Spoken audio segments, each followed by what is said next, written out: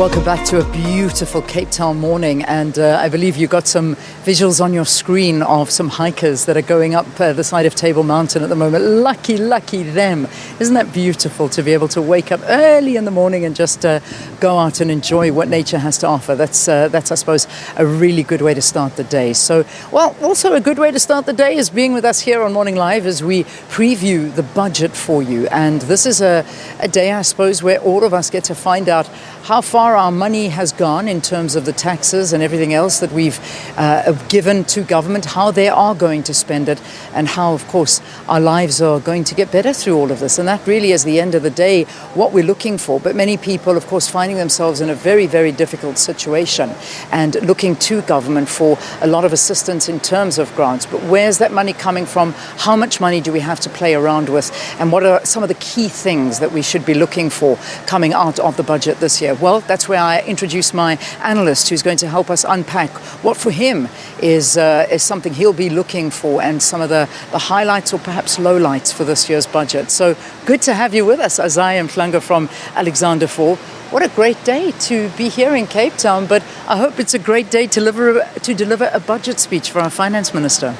Indeed, it looks like a great day. The weather is good, but I think also the finances are going to look much better than what we expected. So we expect a good budget in the sense that the tax revenues likely to have performed much better. We are expecting about 160 to 180 billion rand over collection in tax revenues relative to last year's budget. So that implies about 40 billion more than what the MTBPS expected in November, which means government is likely to be able to take care of the wage settlements for government employees, also take care of the COVID relief grant extension, which was extended in SONA up to March 2023 without having to increase borrowings. And we still have extra funding that can be used to either reduce debt for government, for government, that can reduce bond yields. So it is a good budget that we expect. Yeah. That's for this year. But beyond this year, we expect National Treasury to table a more realistic picture of how the economy is going to perform. You know, commodity prices that have helped in terms of tax collection are unlikely to continue, growing in a way that they have done. So we need to be much more realistic in the outer years of the MTEF. All right. Now, you talk about the debt, because that's something that I think a lot of people are very, very concerned about, is that, South Africa's been borrowing and borrowing and borrowing, and we seem to be borrowing money to pay for the debt and then borrowing more money from somewhere else to pay for that debt and borrowing and borrowing. Where are we at right now in terms of how much we owe? How much are we borrowing at this point in time? Look, I think in terms of increasing debt, it's not just a South Africa story. When COVID hit, every country had to borrow in order to finance the recovery, in order to finance small businesses and households to help them throughout the recovery. And that is not just South Africa. We see it across the world. It is a relative, picture. If we look at South Africa relative to other emerging markets, how much have we accumulated? South Africa is one of those emerging markets that have accumulated a little bit more debt.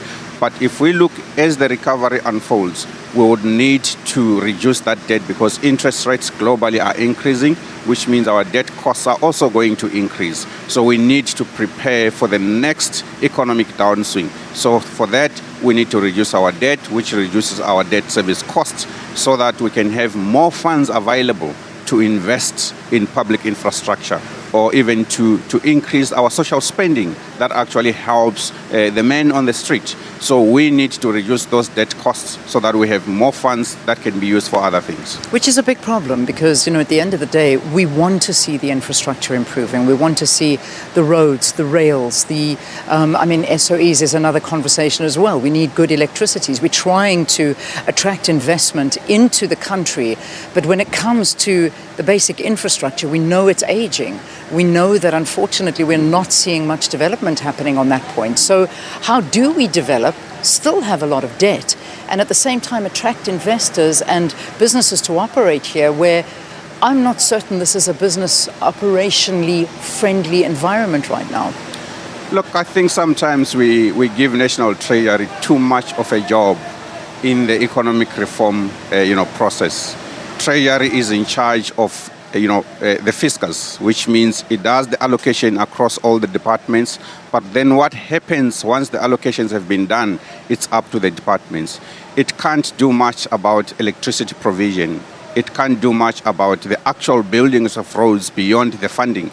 It can't do much about the auctioning of spectrum beyond the funding. So once the funding has been allocated, it is up to the departments themselves to actually do the implementation of what the budget's intentions are. So we want to see government being much more coherent across departments as far as the implementation, which have funding from National Treasury. We have not yet seen that. I mean, just as an example, from last year, so now we had some 26 action items.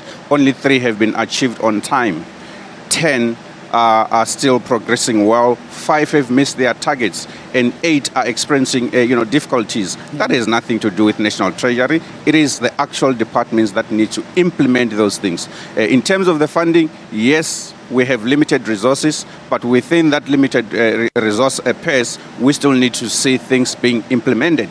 That's where the shortfall is as far as reviving our economy is concerned. Yeah.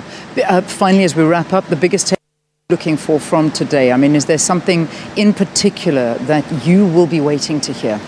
Look, I'm waiting to see how much taxes have been collected, and with the extra tax revenues that would have been collected and used for extension of basic of the COVID relief grant, and also the settlement of public sector employees' wages, what the remaining funds are going to be used for. I hope the National Treasury opts to reduce government debt, which is going to reduce the debt servicing costs that can help to alleviate or to create fiscal space for public investment in infrastructure. That's what I'm hoping for. All right, Isaah, we'll leave it there. Thanks very much for talking to us. Just a quick preview into the budget that will happen this afternoon with Isaah Mhlanga, who is, of course, from Alexander Forbes.